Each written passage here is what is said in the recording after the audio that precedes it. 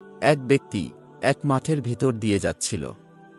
সে একটি মেঘের ভিতর হতে এই আওয়াজ শুনল যে, অমুক ব্যক্তির বাগানে পানি দাও। এই আওয়াজের পর তৎক্ষণাৎ ওই মেঘ একদিকে চলল এবং একটি পাথরময় জমিতে খুব পানি বর্ষণ করল।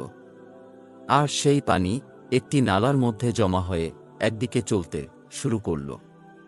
লোকটি সেই পানির পেছনে পেছনে চলতে লাগল।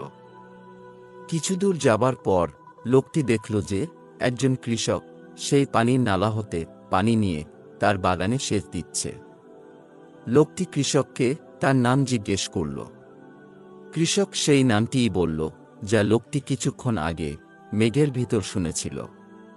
লোকটি কৃষককে বলল, ভাই, আপনি এমন কি আমল করেন যার কারণে মেঘকে হুকুম করা হলো যেন সে আপনার বাগানে পানি দেয়?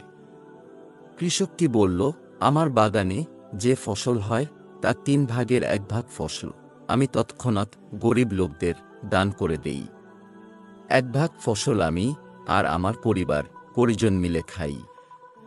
আর বাকি 1 ভাগ ফসল আমি এই বাগানের পরিচর্যার জন্য ব্যয় করি।